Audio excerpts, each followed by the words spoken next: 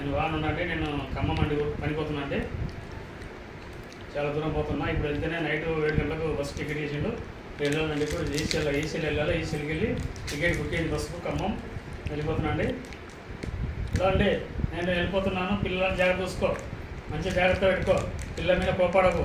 ఆయన మీరు చాలా మంచిగా ఉండాలి. అమ్మ కాడ గొడవ పెట్టుకోవద్దు.